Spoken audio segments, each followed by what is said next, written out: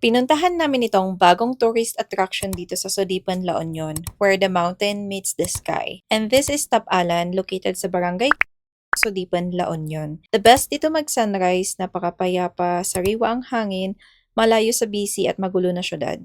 May entrance fee nga pala na 30 pesos per head. May car cage pag nagdala ka ng food kasi may restaurant na dito ang Wendy's Cup of Joy. And ito yung menu nila. Pause nyo na lang for reference. Ito ang kubo at pavilion rates nila. Pwede rin pala mag-prenup dito, mag-camping, tent rent, and meron na rin silang lodge, ang Haven View Lodge. Ito yung pictures ng lodge and ito yung rates ng rooms nila. Take note, mahina signal dito ha, and wala kuryente, so they rely lang sa solar at generator for now. But sulit dito kasi IG worthy itong place, halos every corner. Ewan ko na lang kung sapat yung phone memory mo. Perfect dito mag-relax at for sure perfect din dito mag-sunset. And take note, before going here, make sure na nakakondition ang mga motor or sasakyan nyo. Medyo challenging ang mga kurbada na matarik na daan paakyat. So ayun lang, see you sa next na pinuntahan namin sa Bangar.